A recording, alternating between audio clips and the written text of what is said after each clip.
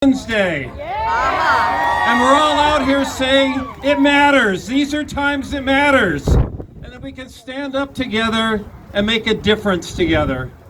You know, I want to tell you about the kind of times we're living in, the kinds of disturbing, concerning, foolish and mean-spirited times that we live in.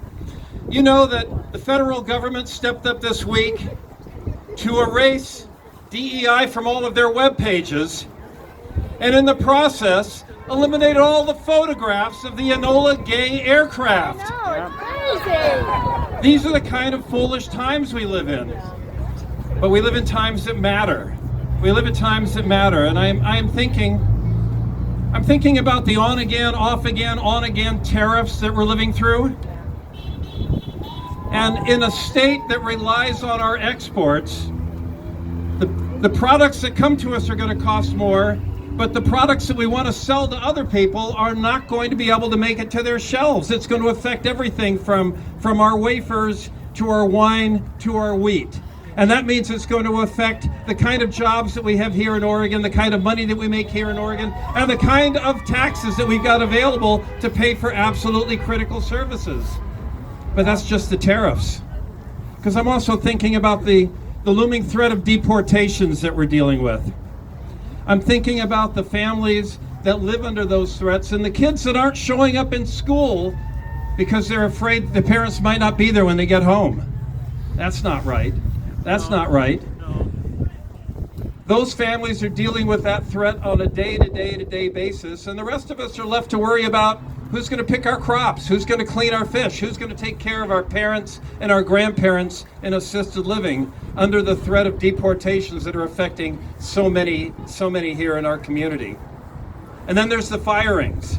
Were any of you here yesterday to stand up for science? Yeah!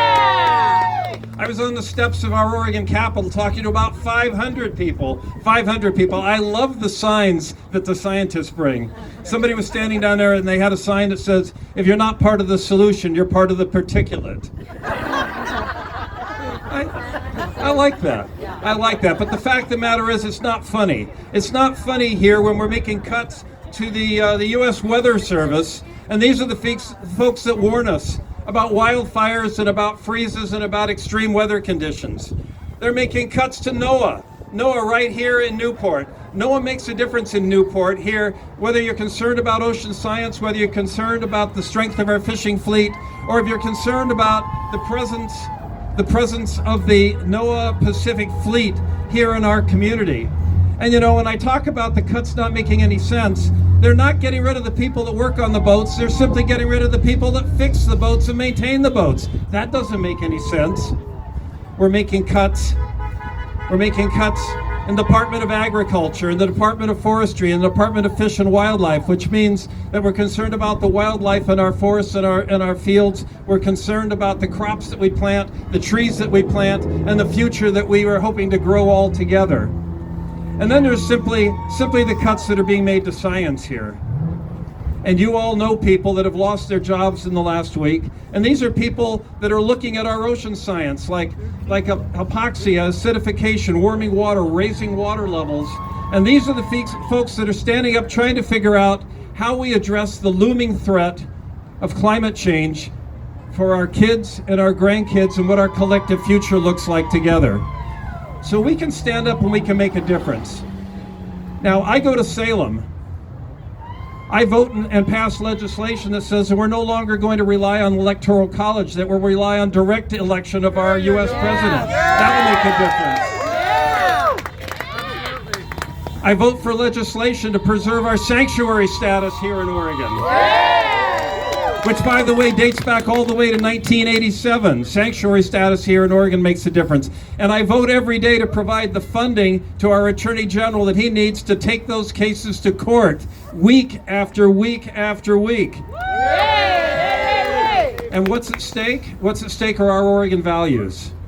What's at stake are our Oregon laws, our Oregon workers, the future of Oregonians that we have together. So my answer to you is that we all need to stand up.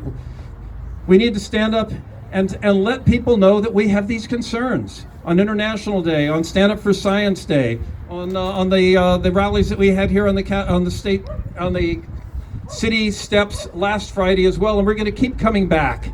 We've got to keep coming back because your voices will make a difference and eventually they'll be heard. And oh, by the way, stand up behind our federal legislators as they stand up and walk out of the State of Union address. Let them know that you're behind them.